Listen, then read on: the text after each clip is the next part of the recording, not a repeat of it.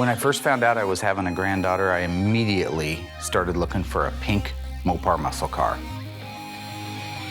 Oh, there it is. Look at that. It is. It's got pink. Pink all over the floors. Pink everywhere, yeah. It's a pink car. I've been looking forever.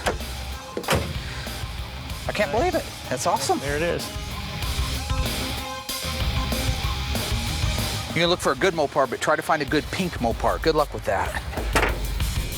They're coming to get you, Barbara. Buried deep in the Pacific Northwest, one team in Springfield, Oregon, takes on the impossible, finding dead Mopar muscle and bringing it back from the grave. Award-winning master of Mopar, Mark Warman, his cousin Doug, his daughter Alyssa, his best friend Royal, his painter Will, and the rest of the GYC ghouls are restoring, resurrecting, and recreating some of the fastest, fiercest, and rarest muscle cars on the planet. This is Graveyard Cars. So right now, Will is getting ready to paint a Moulin Rouge FM3 1970 Cuda 340 automatic car. This is the very first pink car we've ever painted. I'm pretty excited. We got a 1970 Cuda here, which is my favorite car, on top of the fact it is pink. Somebody back in the day painted the car white, but it was cool because there was still a lot of original pink in there that you could see, so when it came time to like color matching, stuff like that, you had a great reference for. So for me, it's really even more endearing because if you've been a fan of Graveyard Cars since the beginning, you'll remember episode 1, season 1 was called Emma's Car. That's because right after she was born, I went on the hunt for a real FM3 pink car, which yes, I do still have right now. And to find an FM3 pink car, a muscle car version, not just a satellite, not just a Barracuda, but a muscle car, a Super B here in Oregon, that was awesome. So I spent a little bit of time on the phone with the gentleman that had the car after I had located it, asked him some key questions to find out if it was truly an FM3 car, because I had been through a lot of phone calls with people where they would say, yes, it's a Panther Pink car. I don't mean now is it Panther Pink, did it start life as Panther Pink? I don't mean to waste your time, it's just, you said Panther Pink in the ad, I thought it was a Panther Pink car, so all it is has been painted pink, right? So after I deposed him, if you will, and found out that I believe this could truly be an FM3 car, and it's definitely pink, all over it. I got Darren, my nemesis. No, give me a gun. Give me a gun. And we hopped in the car and drove up to Salem to check it out. A friend of ours told us about that old Dodge out front. Is it something we could look at? Sure. I'm Mark. Laser Kalugan. What do you mean, Laser? Laser Kalugan. Laser Kalugan. This is my buddy Darren. When it came to documenting this car and validating if it was a real pink car, the nice thing is, even though it had been painted orange, there was so many remnants of the original pink paint. Like on the floors, the drip rails, you could see where the paint underneath them, they had just masked off the drip rail molding, so everything was pink under there. The car had the original fender tag. This car is a real live Super B FM3 pink. So I knew in my heart of hearts that this was the perfect car for Emma. Where I'd be at is, I'd go to the bank right now and I'd get 10 grand cash and I'd own the car if you want to sell it for that. Well, can I think about it? But just real quick here, I know you gotta go, but just real quick, I'll show you something. I'm pulling out my trump card. Oh, wow. That's her. Yeah, she was born 3 weeks ago. Emma was so adorable as a baby. She is still now. She's 10 years old now. But she was so beautiful. There was no way, and I knew there was no way, that that guy was going to be able to say no or let me think about it or I'll get back with you. Not when you see that face, right? Trump card. It's called The Edge. It's called All's Fair in Love and War. All right, brother, thanks. Now, as everybody watches through this old footage, keep in mind that was over 10 years ago, a decade ago, all right? Back then, I had a lot more of everything. Had more weight, had more hair, had more energy. You know, I had less wrinkles. So, that's a plus. That's old footage, okay? Coming to trade because being fat, that was a long time ago, man. Besides, I was working with Darren, you know, that adds a lot to your blood pressure. Takes years off your life. It doesn't have a lot of mileage on it. It's like 5,000 miles or something, even less. And another neat thing about this car is I went through it. This car had only 4,000 miles on it. People wonder, well, how do you get 4,000 miles on a 1970 Super B? It's a quarter mile at a time. When we walked up to that car, you could see the fuel shutoff valve that was required in HRA back in the day to race to be able to shut that fuel off. That car got 4,000 miles a quarter mile at a time. You know, that's not the only time I've ever seen miles rack up a quarter mile at a time. There was a guy here in town, Paul Smith, about 25 years ago, that bought the old Payless race car. This was a factory back in the day when like department stores would sponsor a car. This was a Payless drugstore factory sponsored 1970 Challenger Hemi with a 4-speed. They had plucked the 4-speed out, put it in the trunk, wrapped in plastic, and put an automatic in it to race it. This car had 340 original miles on it. So it happens. So when I go back and I look at that footage and I look at Emma now at 10 years old, it's just really close to my heart. Now, while that Super B was a nice low-mile original Survivor car that happened to have an orange paint job on it, our 70 Cuda FM3 Moulin Rouge was far from that. That car I knew was in bad shape. We had to get it disassembled right away and over to the dipper. Okay, so the car was pretty much disassembled when it came to us. The drivetrain came in separately from the car. But I got to help my son Eli dismantle the car. We had to remove the windows, the door regulators, the fuel lines, brake lines, all the little fasteners prior to taking this car to the dipper. So everyone knows I had a 70 Barracuda Grand Coupe when Mark and I were growing up. It was lemon twist yellow, one of my favorite colors. But second to that would be Panther Pink or Moulin Rouge. I just absolutely love that color. Reminds me of ice cream.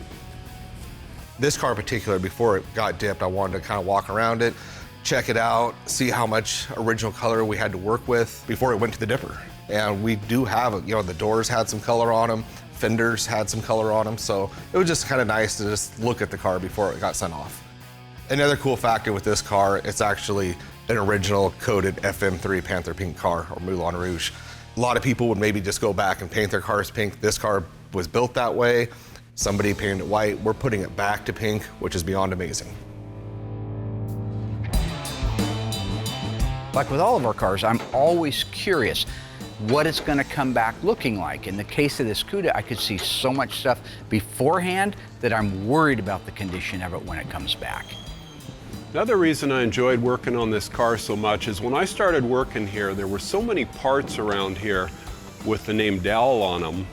It related me to my mother's maiden name. That made the car especially special to me, was seeing my mother's maiden name all over the parts. And it's really a wonderful family. When they brought the drivetrain in, it was so nice to meet these people. Just really enjoyed working on this car.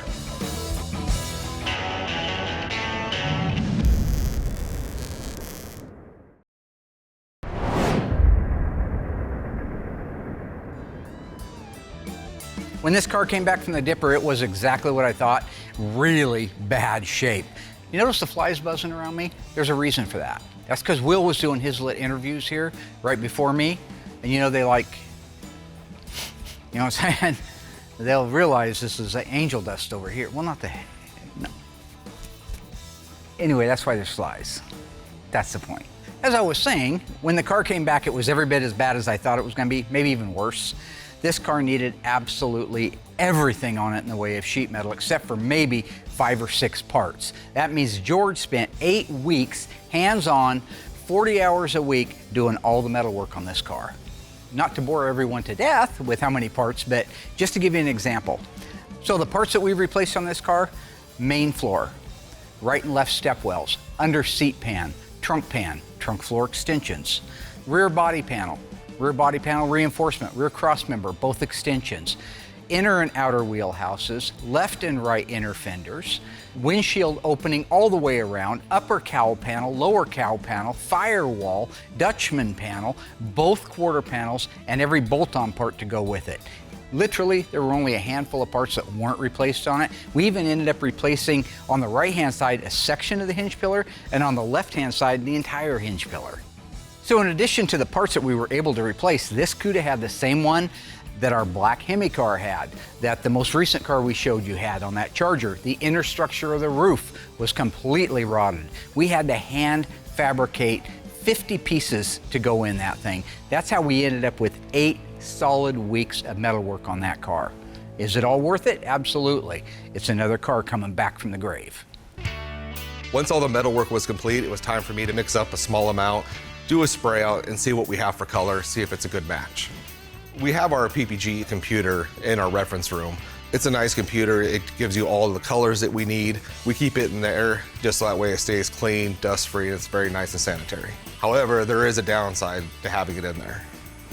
So the first thing you do on the computer is you gotta log in. Unfortunately, when I go to log in, Mark got me again with some more of his silliness. His passwords, they're all the same. It's all Mopar based in one way or another. In this circumstance, so I don't know what it is. Mark can be very ridiculous and definitely very exhausting.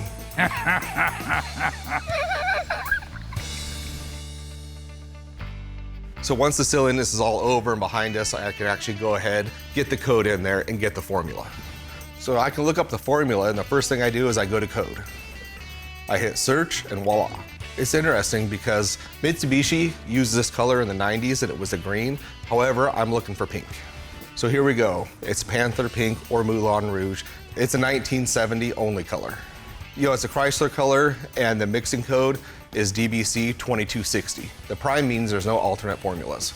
Some colors have a lot of different variants, selections to choose from. This particular color, there's only one. So I select that, hit enter, then it brings up the next menu. The next window is the toners itself, and this is the formula that makes up the color. I'm only doing a spray out, so I only need to mix up 16 ounces to see how it looks. Before I can mix the color, I just have to select the amount, and then I can mix it. I can select 1 ounce. The problem is when you make such a small amount, some toners don't even go in. So you actually need to make the 16 ounces. That way you're getting enough of each color and your color is gonna be more accurate at the end. It'll take approximately 3 gallons to paint the whole car. Once I have the amount already selected, I just print my label, go right back out to the mixing room and start mixing the paint. Before I start mixing colors, I get all the paint out that I'm going to use. In this circumstance, it's only 4 toners. First thing I do is zero out the scale and then start adding the first toner. So the first toners are 1679 red and it requires 215.5 grams. So the second color is also a red and it's 1692. We're going to use an accumulative formula, meaning the scale is going to count for us. So we take the 1692 to 398 grams. The next toner is 1684 white. And with the white, we take it to 495.3. So the last toner is 1609, which is a Quindo Violet, which really gives you a real rich color. And we top that off at 538.1, and that's it. So this is the best part, is when you get all your toners in, you start stirring it up and you actually watch the color change to what it's supposed to be. Then at that point, we can just reduce it and we're ready to spray it out. This car had a lot of metal replaced on it. You know, we do our normal jam work when the car's apart. That way you can get reach to those areas. But we had to replace almost everything. When those quarters are off, it's nice to do the sound deadener. You have a nice, beautiful surface to work on. You apply that just like the way factory did. You have to let that sit overnight, because if you paint it too soon, it'll actually re-soften it and make a mess. You let that sit overnight, and then I go in, I put my base coat on, clear coat. A little bit longer of a process because it wasn't available in single stage, but the overall quality of work is 10 times better. Mark likes to overpaint with everything, and that's okay. When it comes to epoxies, sealers, all that stuff, we do it. But at this point, I can just have Noah take over. When you're jamming these cars, there's a lot to it. You just don't go in there and blow color in there. You gotta prep it. That means all those hard to reach spots have to be sanded, cleaned, actually ready for paint. All these areas have to be scuffed for adhesion. If you don't do that, your paint's not gonna stick. Once we got the panels all prepped, we get the color shooken up and then we're ready to go. Okay, so I found out that this color was only available in 1970. And this was the first one that we did here in this Moulin Rouge color. It just made it so much more enjoyable to see this color so bright that we'd never seen before. Mark says the only reason that I love this color so much was because it was related to the Pink Panther movies. Well, yes. I mean, I did love the movies, but it also reminds me of ice cream.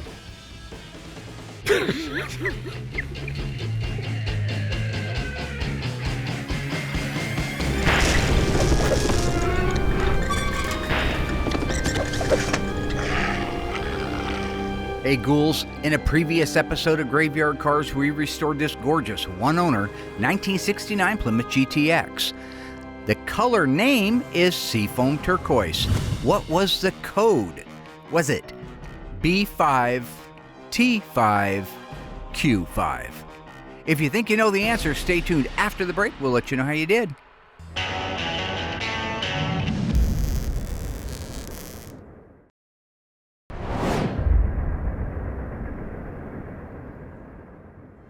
All right, folks, how did you do on that one? If you were a Graveyard Cars fan, you probably saw that episode. What sales code did they call the Seafoam Turquoise? If you said T5, you're absolutely wrong. We have done some T5 cars, but that car is Q5. B5 represents Blue Fire Metallic. T5 represents Bronze Fire Metallic. And Q5 represents Seafoam Turquoise. One of the most beautiful and rare colors to go on any Mopar ever. With the paintwork ready to go on our 1970 Cuda, I'm going to stop because I get to do stuff like that because I'm Mark Warman for Graveyard Cars Season 15. I don't have to have a segue. I just do what I want to do, right? Everybody here loves the pink cars. We just don't see very many of them. Recently, I had one literally fall into my lap.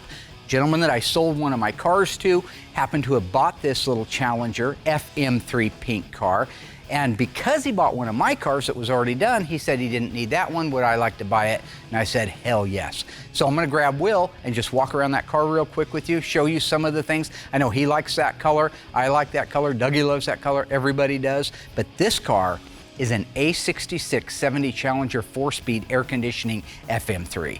So is it one of one? You tell me. So you'll notice that the pink all over the engine compartment is protruding through the black. Yeah. All right. You have a tattoo, don't you? A pink tattoo? Yeah. That's pretty cool. Why isn't it pink? Because I have dark skin, so this doesn't like show up bright pink. Racist? I'd like you to decode the fender, not decode it, because I know you can't do that, but just help me out here. A few things that are very, very neat and unique about this car. On that fender tag, is there an H, Hotel 51, H51? Obviously. Obviously. And what would that represent? See, you're doing it again. I'm just asking. You know, I don't know this. Okay, air conditioning. So just say air conditioning. That's a very just rare say air option. conditioning. Okay. And with so it's got the H51, which is the air conditioning for people at home. Thank But you don't want to do it that way. You want to just kind of beat me down about it. I'm sorry, you're right. And that was the wrong approach. And to your mother, God rest her soul. She's still alive. She better be alive by the time airs. You're going to feel really bad. Alive. She's alive. I was just saying sorry. You need to grow up, camera boy. All right. If you got H51, there should be a 26 on that tag up at the top. A 26? Yep. See a 26 somewhere? Maybe towards the end at the very, very top? Okay. That means it gets a 26-inch radiator. Max cooling. You also got max cooling if you didn't have air conditioning and had a 340. So if you had a 340 with or without air, you got 26-inch. That's what that is. All right. See, that was good. A66 cars came standard, but you could have upgraded it. Came standard with manual, heavy-duty, 11-inch drum brakes. Okay. You notice on this hood, no crush zones. Look down through there. Even though this is, what's the scheduled production date on the car? Second row up, and the second to the last digit on the right. 0? Yeah, keep going to your left now. And there's 3 little digits there. What do they say? Well, there's a bunch of numbers. No, but they're broke apart from each other in little groups of 3. 402? And that means what? April? Yep. April 2nd, 1970 is when the car was made. Late 70, they started putting the crush zone style hoods on, but this one still has the original, and you can tell that it's pink in there. Right. Has the original hood on it. One of the other really cool things, what is the mirror code? Do you have a G code on there. Anything that starts with the letter G, as in golf, or go, or green, or goo-goo. G. Nope, no G. No G. No They G. dropped the mirror code on this car. So they must have added them to them. No, they all got a mirror code. Unless it was a standard property mirror, then it wouldn't get one. So right? not all. got a Okay. mirror there. There's not a G36 or anything there somewhere? Maybe the left-hand side, third row up or so? Maybe a G36, Golf 36? It's pretty beat up, but I could see the makings of a G36. Okay. That is our left hand and right hand outside racing mirrors painted. What better car would you want painted mirrors on? Right. I love it. Absolutely. Let's walk around this beast. Let's do a quick rock around. I know you're pretty interested in this stuff. Not really. No, I would be interested if you actually cared. Okay, but what you have to do See, is... right now, your cameras are rolling, so it's just your routine. I see. But I've been with you for 25 years, and not one time in 25 years you went, oh, actually try to understand this, Will. But you know that is my teaching style, is through comedy. It's not funny. It's funny to millions of people at home. Millions of people don't watch. Millions of people do watch, No, sir. that's your Facebook. Yeah. No, millions of people watch at home, believe me. All right, we I'll look at the air in 36 countries, even though there isn't 36 countries. Have you noticed the pink? Yes, I have. What do you think's going on here? They just didn't prep the car good enough when they did it. Didn't scuff it. Right. Because you don't even see any scuff Nothing, marks in it. not at all. They just sprayed right over the top of it. Huh. Have you ever had anything delaminate from not No. scuffing it? Not at all. If I was in the paint booth with you right now, and you were getting ready to paint this car, and I saw a little area right You here, wouldn't. what would I call it? Come on. Tiny. That's ridiculous. Tinies. There's your dual outside mirrors. Yeah. Code. 66? Something like this. Close. A66 is the 340. We just talked about this one like 3 seconds. Yeah, I know, but this isn't real. No, but This isn't real. No, it really is a G36 Well, no, car. I believe. This really is a G36 car. No, what you're doing is not real. No, what I'm trying to do is teach you something through comedy. Go to the ear with a point and the heart with a story. Professor Morris Massey, 1981. Okay, you see? This is what my life's all about. I agree. Okay, so you're saying everything in my life is just fictitious. What does that X represent? That it gets a vinyl top. That it gets a vinyl top, that's right. I know. But why would they need to put an X on there?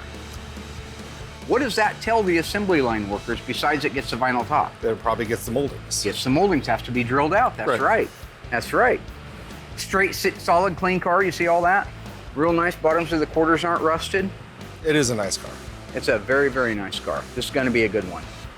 So you see the holes for the spoiler? Yeah. This is not a spoiler car. So Okay. you did not see a J78? I'm sorry. It's not a J81 car, okay? It's not a rear spoiler wing Well, then why type. did you say 78? Because I wanted to see if you were going to say, yeah, it wasn't there. I'm just playing with you. So it didn't work? Did you see an M21 on the car? Not answer. Did you see an M21 on the fender tag? No, I didn't look over the whole fender tag. Okay, that is drip rail moldings. So it is an M21. 21, like blackjack. What was it? He loves it. No, I don't. Remember that? No, I don't.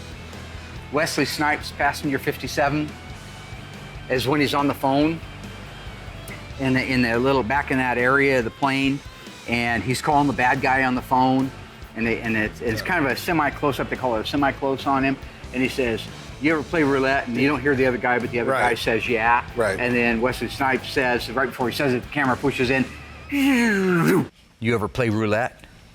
Always bet on black." Hangs up the phone, then they cut back to the other guy and he's mad.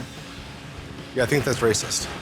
This is racist? Yeah. M21's racist? Well, you made it that way. Okay, let's take a look down this side of the car. Okay, so over here you see we do not have the flip-top gas cap. And do you know why that is? No, I don't, but that's actually kind of surprising. Well, it isn't because... See? Challenger... That's all you have to Challenger do is just... Challenger RTs do not get a flip-top gas cap standard. It's optional. Most of the cars we also- do have them. Yeah, a lot of them do because people add them. So But we don't add things at graveyard cars. We're not sellouts. I don't know what the face is about. You're Mr. Sellout. You and the owner of this car sold out. I have an MD from Harvard. No? I am board certified in cardiothoracic medicine and trauma surgery.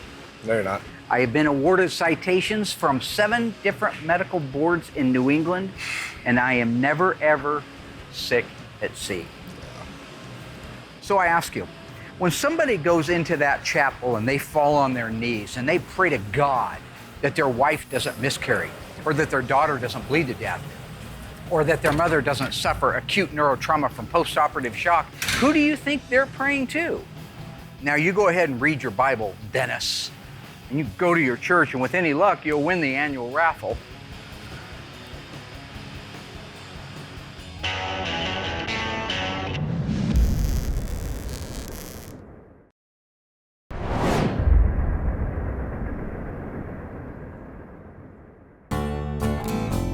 The Panther Pink Moulin Rouge, that came out in 1970 in January. You couldn't get it on the early car. So if anybody's got an August, September, October, November, December build car and it's pink, you're lying. Because the first time it was available, even if you look at the factory technical data sheet on it, was January 1970. I remember the ad for it. It was a big magazine ad. It was a 70 Charger, some hot looking babe in a cool summer dress, you know, they've always had those.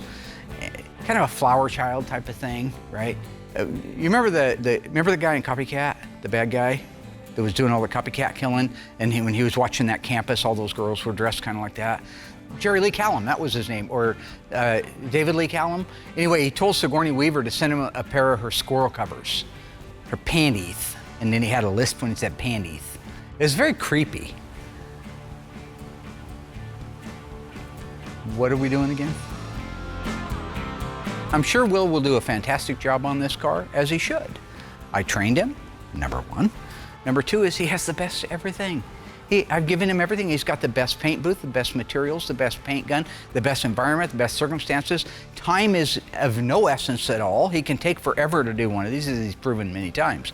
I had nothing when I started my shop. 1985, I was shooting cars outside. I don't tell the fire marshal. Nitrocellulose lacquer, an old siphon gun, one of those $5 Astro guns.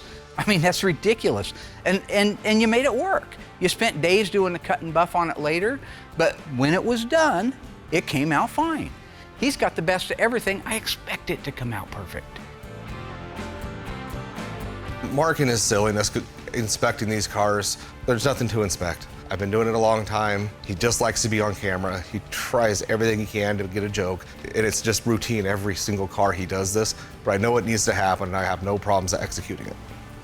My job is to make sure he does his job. So yeah, I go in there and I make sure he's doing it right. It's not some desperate plea for attention. When you're doing a base coat with PPG, it has to be reduced, obviously, to get it to spray, and that's 1-to-1. Painting a car is like washing a car. I always start with the top and then work my way down. You know, I don't want to be a micromanager here, and I don't want to pick on his style. Everybody has their own unique style, but his is absolute insanity. He's standing next to a fender. The name of the game is have that arm all the way over to here. Reach that fender. He's walking up and down it, back and forth, back and forth. You gotta be a hawk. You gotta be an eagle with a big wingspan. I'm not a bird. When I wanna go somewhere I have feet, I walk. And you get to the door, you take 2 steps to the right, you get to the door, nice long extension. Breathe through the nose, breathe through the nose. If you need to pass it off to your other hand, you should. You're ambidextrous. Come all the way over to here. If your rotator cuff's a little blown up, grab it from there and go on. My gun technique's great. I have no problems with it. It's been the same. It's like it's robotic. I'm exactly the same amount distance away. Like, don't shake. It's what I do. It's what I've been doing my whole life. But he's running around in there, he's shaking all over the damn place. You see him painting the hood up and down like that? It looks like Michael J. Fox is in there painting a car, man. I guess in the end, if it comes out good, but you know, that's why he needs to borrow a couple more branches from the ice tray. When I'm in there, I'm ice cold. I lay that thing out, 45-degree panel adjacent, 50% overlap. Everything, the air pressure, the ambient temperature is perfecto. That is why, pass off to the left hand, they call me the ice tray. He's in there, he's like melted ice, just flowing everywhere. Paint running all over the place, shaking up and down. Looks like he's been doing nothing but cocaine and espresso beans for 4 days straight and hasn't slept. You know, be cool, man. Be cool. That's Matt Foley. You want to see crappy technique? Watch Mark paint a car. He can't paint a car. His little wrist won't hold it anymore. I'm ready to start clearing. I use the 2002 clear. It's thick, high solids, great PPG product. So temperature's everything on these cars. And these camera guys know if it's 100 degrees, it's gonna be a 100-degree day, we gotta get in early and paint, because what'll happen is that paint's drying quicker than what you need it. These guys will come in at like 4 in the morning with me, you know, on hot days. So you like to be at 65 to 70, maybe even 80 degrees is kind of the sweet spot for that paint to dry. I like to be able to put a nice, even, beautiful first coat on, give it 20 minutes, give or take, and then go apply my second coat, wait 20 minutes, and then I'll apply my third. See, more of that crazy stuff, right? You see it? He's all over the place. It's like watching a tennis match. Back and forth, he's jumping over the net. Just plant your feet, spread your wings, become ice cold, man. That jumping all over the place, that would be exhausting for me. He must feel like he ran a damn marathon. I haven't seen Forrest Gump didn't walk and run that much. Pete, don't indulge him. You know so well my technique is good. You know what I do is great. Don't humor Mark with this. You're wasting my time. So despite all Mark's silliness, all that's behind us. He just likes to, you know, get that camera time. The car is done. It looks amazing, and I couldn't be happier with it. He's sick. That's his problem. The car's perfect, and that's my problem. We cut and buff all of our cars. It takes little imperfections that everybody gets. A dirt nib, we really don't get any runs, but dirt, orange peel, it makes the car flat, it makes it look just like $1 million. We'll start with 800 grit on a longboard, block the whole entire car, all that clear flat again. And then at that point, he'll grab his DA, take out the 800 with 1200, then he'll use 2000 to get out the 1200, then he'll use 3000 to get out the 2000. Then at that point, it's like a sheet of glass and it buffs in seconds.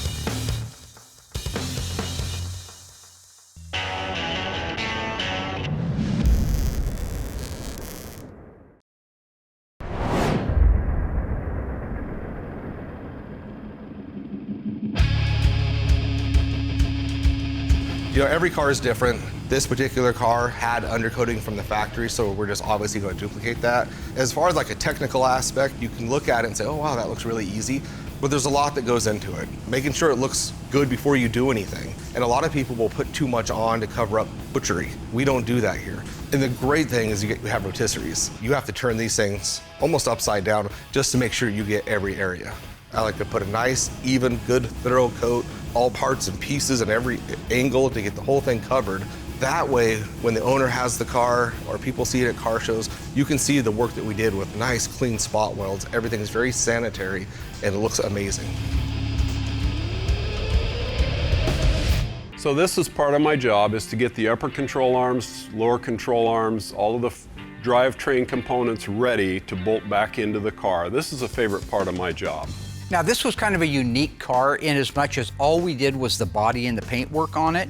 Our job was not to build the engine, the transmission, the rear end. The owner chose to do that himself. And he did a good job. I mean, overall, I'm not saying anything at all disparaging. It's just that if you were to slow the camera down a little bit and look closely, there's just a few detailing items, but they don't matter to him, they don't matter to me. I didn't get paid to do it. I just want to point that out. Our job was to install that drivetrain once the body and paint was done, so he'd have an easy, safe way to get the car transported home. One of the best parts of my job is watching these cars transform from what they were when they came in to what they look like when they leave. And everybody knows I don't like to brag about stuff like that, but I mean, literally, this shop is taking cars that are absolute garbage in some cases, nothing really left, very little redeeming value or quality to them, and bringing them back to life. Look back through my original photos before we even got the cameras rolling on it, and look at the dire straits that car was in. And now, look at it as it gets this drivetrain in it, and we start putting the final pieces on it. It's a beautiful, looks new FM3 Moulin Rouge 70 Cuda. So yeah, I think I've earned the name Ice Tray. I don't think I just self-dubbed, I think I've earned it. I don't even know what it means, except that Eddie Murphy played a character named Ice Tray in Showtime. Spelled the same way. Showtime! You replay Mr. Ganda. So Mark and I have been working on these cars since we were 16 years old. We have so much experience with these cars. We know exactly what we're gonna do. It's just routine for us. We can almost anticipate each other's moves. Who's gonna do this, who's gonna do that. We just go with the flow. It's wonderful to be able to work together this well. So this car is just a paint and body. I'm not gonna put the entire car together.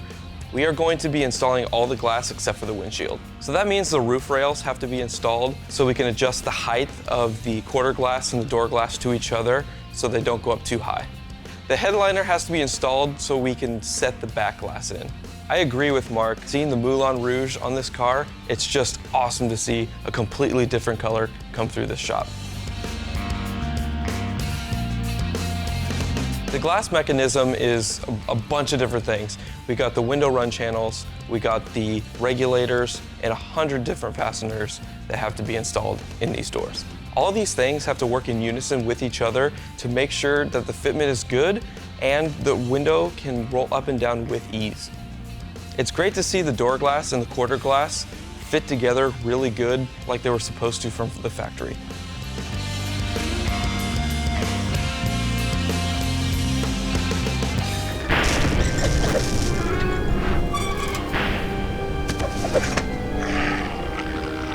In 2016, we unveiled this beautiful FJ6 71 Cuda tribute car at the SEMA show in Las Vegas. True or false, the Mopar crate engine we put in it was the Hellcat. If you think you remember, stay tuned after the break. I'll let you know how you did.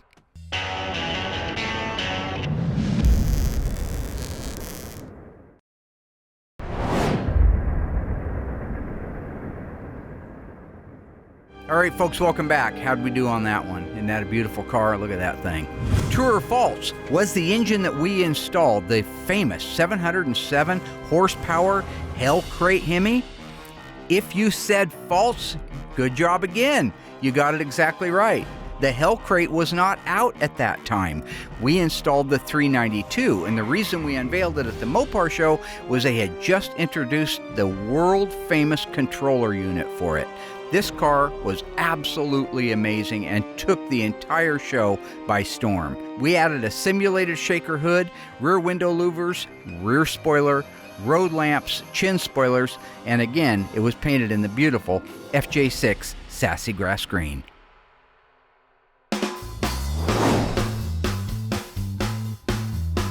So I'm getting ready to put the hockey stick stripe on the Moulin Rouge 70 Cuda.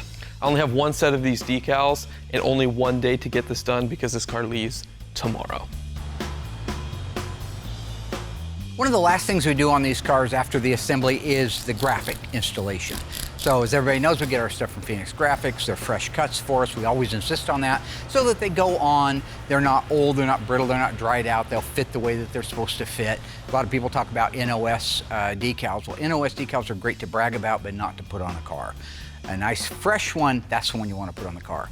Now in the old days, I used to have to do all of the graphics. I tried desperately hard to teach Alyssa and Will take the baton and run to the finish line, but they didn't. They dropped the baton. There was no finish line for them. But now I got Justin, so I handed off the hockey stick graphic to him, and I know he'll do a great job. So the process of putting the decal is no different on this car than any other car that we do. It's getting the hockey stick stripe. You got the application gel, you got the tack cloth, you got the backing paper, and you got the squeegee. So before I put the decal on, I clean the surface really good with a cleaner, and then I run a tack cloth over it. After you do the tack cloth, you know there is the application gel, or there's another trick that you can do where you do some dish soap and then you mix it with some water. And then you can put that in a spray ball and you spray that on, which is really great. So we make sure we got the measurements right and everything's lined up good. And then you set that decal on there and you just kind of set it right in place. And then you use your squeegee, work from the inside and work your way to the outside of the decals. And then you can come back about an hour later, I give it, and then you can peel it right off. So wherever you set your first decal, wherever it is in space on that quarter, you have to make sure the other side matches that side, so everything is in space and where it needs to be. Man, it just starts to pop, doesn't it? Wow. It's Get a 340 on there. And then this side is done.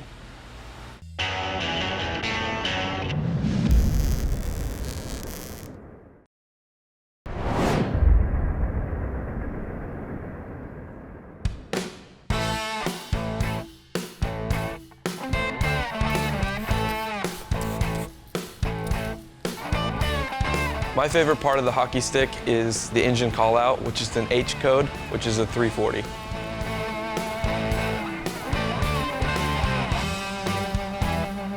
The only color that you could get in the hockey stick stripe was glossy black. So if you see anybody else out there with a white decal, red decal, that's actually completely aftermarket, and somebody customized that and got that put on their car. I just finished putting the hockey stick stripes on the 1970 Cuda. It went smooth. It had to go smooth because we only had one set and the customer will be here tomorrow. Hopefully when Mark gets back, he can check it out, sign it off, and it's ready for the customer. That little decal, that little V6X black hockey stick stripe just sets off the car on a 70 Cuda. If it wasn't a haphazard design, it flows with the quarter panel and follows the style line into the door. It really punches the sexiness of the quarter panels in the door and the style lines on a 70 Cuda. This car was very rewarding. Not only was it like my dream car, almost exactly, the car came out great. From the metal department, the body guys, the cut and buff guys, everyone did a great job. I love the pink. It's just, you don't see it. And the fact that's what Mopar did in the 70s is absolutely insane. What guy wants a pink muscle car? So the rarity of it on top of what car it is, by far my favorite, and I was excited to be able to do it. Some reveals, you know, we do big shows. Some people just don't want it. They just want their car back. Some folks can't wait to get in here and look at it and maybe be part of the filming. These folks weren't necessarily that way. They were more behind the scenes people. In this circumstance, we didn't do a big reveal. But when you do a car that's body and paint only, that's all you have to look at. And he couldn't be happier, which makes me super happy. And it's another car out of here. At the end of the day, we get to work on the greatest cars ever made, and we have an amazing team working here. And making someone's dream come true is just the icing on the cake, and I'm just blessed to be a part of this. So the folks that own this car are going to be so thrilled with this car when they take it home. I know they're going to love this forever. I know I would. He brought his daughter down, who is actually getting the car. It's going to be her car, so good job for her. She's very excited. It really is a wonderful reward to see that trailer going down the road and knowing that we brought another dead car back to life, and in a fantastic way. And that's why I do what I do. For the love of the car, the love of the owners, and to see those cars come back to life. And cash. You know, I mean, I don't go to Safeway and pull up a great big grocery cart full of emotions and say, will that cover it? Because you're going out of there in handcuffs and then you got to go to jail. You know, no, cash, Bunsen burners, nice little earners, ka-ching. So, now I'm just doing that for you guys to be funny, so don't, make sure the editors know not to leave that in there, because just leave it on how sentimental I am. People love that.